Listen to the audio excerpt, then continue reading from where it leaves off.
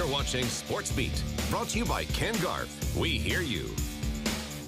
All right, hi there, everybody. Welcome to our college football preview special. The Utah State Aggies, 33 days away until the Aggies invade Knoxville to take on the Tennessee Vols in front of 106,000 folks there dressed in orange. Al Lewis, the radio play-by-play voice of the Aggies on KVNU in Logan, joining us for his expert analysis. Thanks for coming in today. Sure. That'd be great. I look forward to it. It's going to be a fun half hour. It's going to be a blast. Aggies coming off a 9-5 season and a Poinsettia Bowl win over Northern Illinois a year ago. For the next 30 minutes, we'll give you an in-depth look at what to expect from the Aggies this season. And guys, obviously the big question coming into 2014, the knee of Chucky Keaton, the senior quarterback. Chucky, of course, tore his knee in the BYU game last October and missed the rest of the season. Now, he spent the last 10 months rehabbing that knee and working to get ready for the opener at Tennessee in 33 days. We headed to Logan to join in on one of Chucky's workouts to see if he is ready to go. Has some pressure. Chucky pulls it down. Chucky on the run. Chucky tucks. Chucky's not going to get there. Somebody's hurt. And who is it? I don't see Chuck Keaton on his feet. All right, Chucky, here's the spot that against BYU that you went down. Now that you're coming back, are you confident that you can get past this spot and do what you used to do? Hopefully I can get more than past this spot. Hopefully we can lead ourselves down to the end zone, but no, this spot actually has a special place in my heart. Yeah, I did tear my ACL in this spot, but it's let me grow a whole lot from it. Still working, just making sure he's got that full ability to cut and move and jump. Are you confident that you can still make the same cuts, that you're not going to be worried about, I'm not sure about if my knee can handle it? No, you definitely can't live your life with regrets, and that's on the field and that's off the field. Ready? Compared to, well, when I first started, it was painful just trying to get all the muscles back firing, but now it's more of like my conditioning. It is at full strength. We've tested him. We've done some functional tests. He's at 95, 100% of the opposite leg. Oh, goodness. Trying to hold back on the profanity. Nobody likes to rehab. It's painful. It's tedious. But you had to do it. How do you think you did? I think I did pretty well. We'll definitely see the first game, and we'll see during training camp, and I think my knee is going to hold up. I don't really think too much about it. I just kind of go after it. Combine. TV time. Oh. Really, the hardest part was getting on the ball. So now I can actually step up by myself, and I used to have to get help to do it. So, I mean, it's definitely made strides in this department. It's been a long time since I've been able to compete in a game, and so I'm definitely excited to go out and help my team out. Okay. Whew. You only get one life, so you got to live it without any regrets.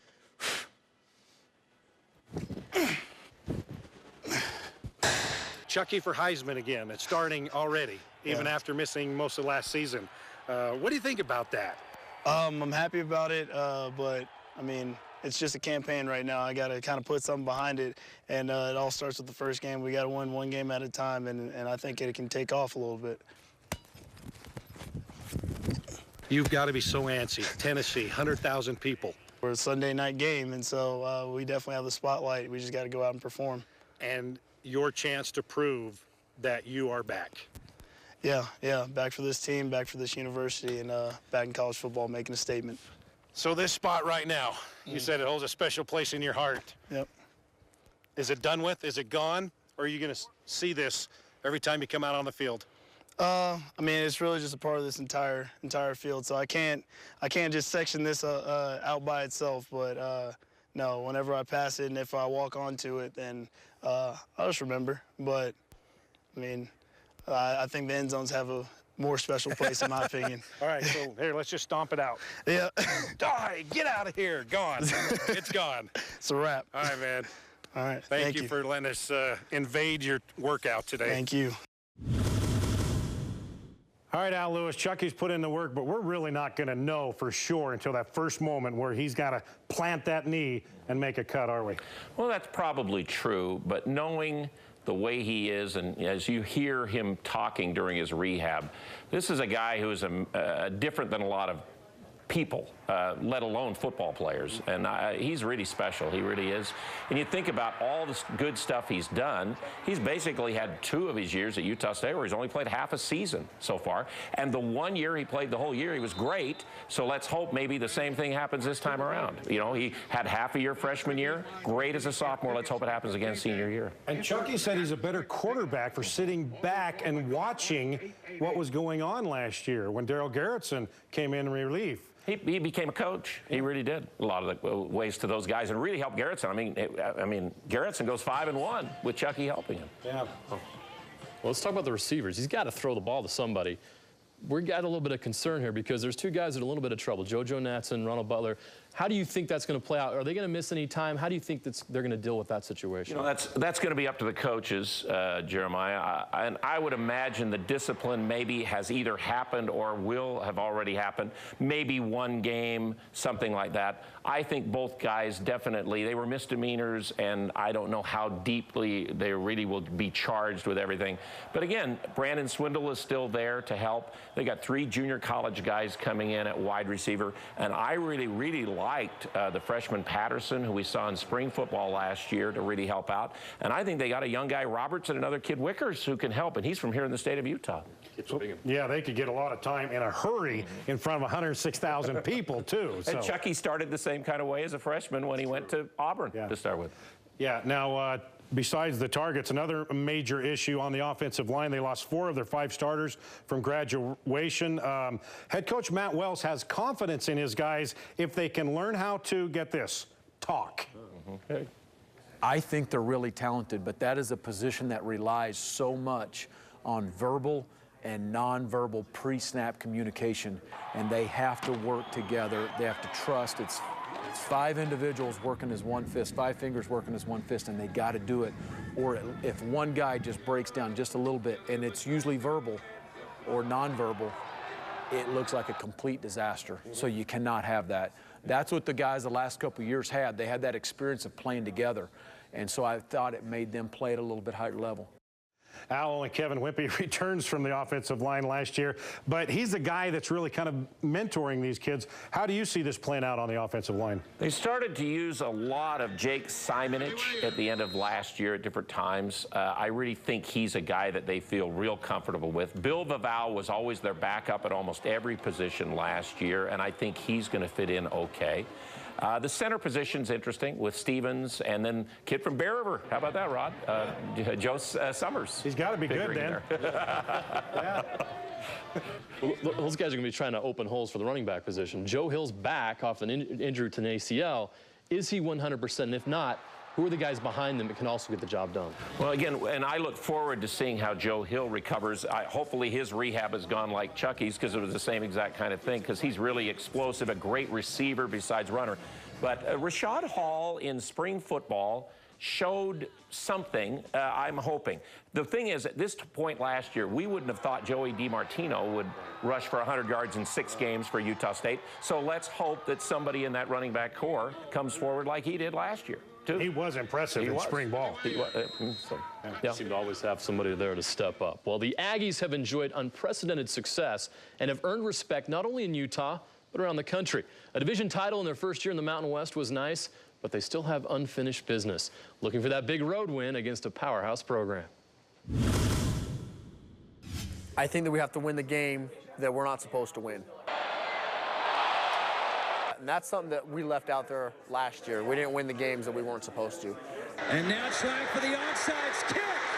And so, yeah, we had a 9-5 record. That's great.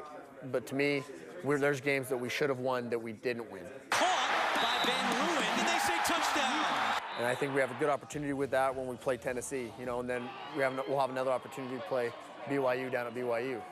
And then we're going to have an opportunity to go play at Boise. And so if we can win those games, that's what will be a good decider. And they are the Mountain West champions in the first ever conference championship game. There's one trophy not in our complex that we want, and that's the Mountain West championship. Not the division, but the championship. You got to let that kind of stuff drive you, and that's what drives me, and I know that's what drives a lot of our competitors and our leaders, is that you know, we want to go out there and we want to put on a show every week and play at a high level. Well, we could rehash all those opportunities. Oklahoma, Texas A&M, Auburn, USC, Wisconsin.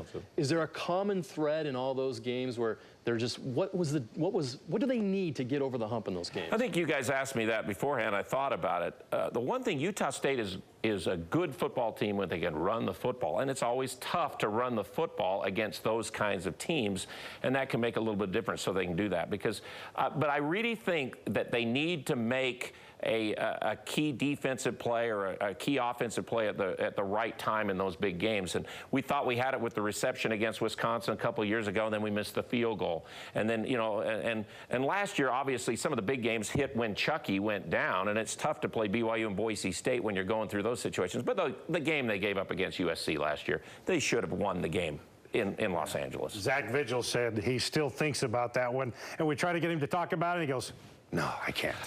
So that's what's driving him. So that is the offense that we've checked out. When we come back, we'll check in on the defense, get some questions answered, and also we'll get a listen and look at this. Make sure he sees that. You want to do it again? How's Jake Dowdy? Linebacker Zach Vigil doing his best impression of his former teammate, that guy. It's spot on. No, you are. Record-wise and everything. All right, welcome back to our college football preview special. The Utah State Aggies, Al Lewis, the radio voice on KVNU of the Aggies, joining us now. Let's take a look at the D now. You've got to start with the linebackers, right? Since Bobby Wagner, they continue to produce great ones, and that's no different this year, led by Kyler Fackrell. How will this group compare, Al, to the last 4 years? Is this another special group? Yeah, they really have to lead, and that's always the way that defense is set up to do that. I think the defensive coordinator makes everything go their direction. And when you got a guy like Zach Vigil now to fill in for Jake Dowdy, in fact, I asked Zach the other day, he says, I'm taking Jake's spot, now my brother's taking my spot. And then you got Kyler Fackrell, who I think they'll put in more of a productive position. I think last year he had to move around a little bit more. We didn't see as much of him as we did as a freshman, but I think we're going to see a lot of Kyler Fackrell. And I know teams go away from him because of his capabilities. I mean, this is a big, fast football player. Is there another guy you haven't mentioned that has the potential to step up in that group? I think we'll see Alex Huerta, who's from Mountain Crest High School, get into the mix. And we'll see about some of the new guys coming on campus. But I'll tell you, Chase Christiansen is a freshman who joined the program in the spring. He's out of Tooele. Stansbury High School. Stansbury High School quarterback. He is a really, really good athlete. I think eventually he'll get in the mix. Now, the reason the linebacker crew has been so good, that front line has just been awesome the last few years. And that's been the biggest And they're going to be there again. Yeah, that's been the biggest thing defensively for Utah State, has been the improvement on the defensive front, how they've been able to be stout run stoppers and put some pressure on the quarterback. And B.J. Larson, Jordan Nielsen, other guys, a lot of experience there. The two inside guys didn't play as much last year with Paitai Ali, but now this year they'll both get in there quite a bit. And now while the front seven is the meat of this defense, of course, the question is in the secondary. 3 starters gone from a year ago. The key to the whole thing will be the secondary, how quick that we can gel and mesh together. I mean, because the bottom line is we lost 3 starters, plus the nickel. And we play in so many subgroup packages with nickel and dime defenders. Those guys are important. You know, Rashard Stewart's been in the program a long time, had a really good spring. Daniel Gray, transfer from Tennessee, had a really good spring. And then we're bringing some new guys into the program this summer. And so those guys, I think they're talented and I think they're skillful. They've got to mesh together and gel together. Brian Sweet's the glue that holds it all together back there. All right, Al, Coach Wells seems to be confident about the secondary. What does he have back there to replace those 3 guys? Well, Brian Sweet, he mentions, made terrific plays in the last couple of games of the season. He almost single-handedly helped keep us in the championship game with Fresno State after Dowdy's interception return. And then his play in the interception in the game in San Diego in the Poinsettia Bowl turned that game totally around. So he's a big play guy. I really like what I saw of Devin Centers. He'll be the nickel. He'll probably help at corner, probably help at safety. Frankie Satera's back at safety. He's played a lot. And then he mentions Daniel Gray. I would have to think that first game at Tennessee is going to be interesting for him, going back to Tennessee after he went there as a freshman and transferred. And then Rashard Stewart, he mentions. We've also got 3 junior college guys coming into play at the cornerback spot, haven't really played yet until we get into the fall camp. So there's definitely some talented guys. It's just a matter of getting some experience and confidence and those guys meshing with that front 7. All right, now, while the linebacking crew, they did lose one main player to graduation, Jake Dowdy, who is now in the Packers training camp. Dowdy is one of those guys with one of those unique personalities, and his laugh and smile always coming out during an interview like this one after the Potato Bowl 2 years ago. You guys are going down as the greatest football team in Utah State history. I wouldn't say that much, but thank you. No, you are. No, you are. Record-wise and everything. Sweet. All right. All right, guys, you can't help but chuckle when you're around Dowdy. And Zach Vigil and Dowdy are best friends. And Tuesday at the Mountain West Media Day, Zach did a spot-on impersonation of his old buddy Dowdy. How about his smile, though? I know. I know. Well, all right. Yeah. That's your impersonation of Jake Dowdy? Yeah. You can show him that, too. I don't even care. We'll hear that, yeah. We'll make sure he sees that. You want to do it again? How's Jake Dowdy? What do you think? Pretty close. Yeah, absolutely. You can tell by the photos proof. Yeah, I know. I think it was pretty spot wish on. we had that on longer. There you go. What do you think? I think it's perfect. They've both been around each other too long. And he's almost got the mullet to match now. He's getting it going. Zach does. It's pretty good hairstyle going on there, too. Oh, my goodness gracious. Yeah, I mean, Vigil's going to miss Dowdy. Oh, yeah, he is. Now, he's got his brother in there. And, of course, his brother's a little more laid back than Zach right now. Let's see how his personality comes out. But Zach's always said from the start, whenever I first interviewed him, he says, hey, my brother's a lot better player than I am. So I don't want him on the field yet till I'm out there. Now they're going to play together. Kyler Fackrell, how does he fit into this craziness of this linebacker? Kyler's a little more laid back, and he's got a wife now. He's kind of settled down a little bit more and just played football, you know? Teresa, is that right? They settle you down? The wife? The better half is over there. I had to ask. Okay. You know, she's definitely settled me down. Okay, not for you, Al, but Teresa, we've got a OGO bag for you, travel bag, golf bag, whatever you'd like. Okay, good. OGO.com if you want to go back out and check it. Check out the web site, you can. So, Al, thanks for coming in. Oh, it's always a pleasure, you guys. Thanks a lot. Thank you. All right. Yeah, I left him hanging. There we go. There you go. All right. When we come back, it's time to get pumped up. Grayson Garrett looking to the left side. Throws it over the middle. That interception by Nick Vigil. Just a little motivation to help get you through the next 33 days until the Aggies open up at Tennessee. All right, now it's time to get all pumped up here. Yeah, the Aggies have given fans plenty of reasons to be excited the last few years. And now with the return of Chucky Keaton and Kyler Fackrell back on defense, you should expect to see many more plays like this. The Aggies are here. You're tough-minded. Carry your blue collar. Play with a hard edge. Razor sharp focus. Tee this thing up and hit it out. Put a smile on your face. Let's have some fun.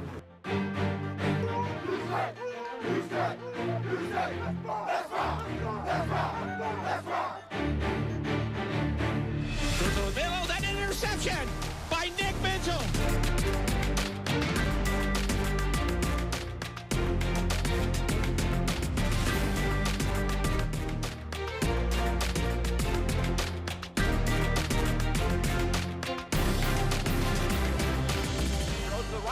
Picked off by the Aggies. And down the sideline is Kyler Fackrell. And Fackrell still running. And now he breaks free. He will score. He's in. 98 yards for the Aggies. How about that for the sophomore? It's a play fake to Joey DiMartino. Keaton throws end zone for Van Leeuwen, who makes the catch and a touchdown. Keaton keeps it. Keaton inside the 5, diving towards the end zone. Touchdown. See him in the back of the end zone. He's got just enough room, but watch the layout and the catch.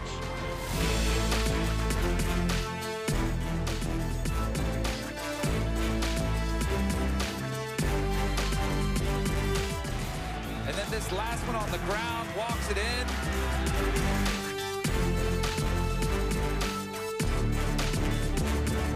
JoJo waits for it, 35.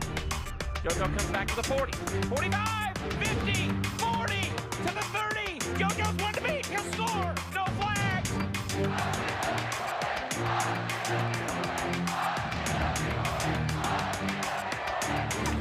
Let's go.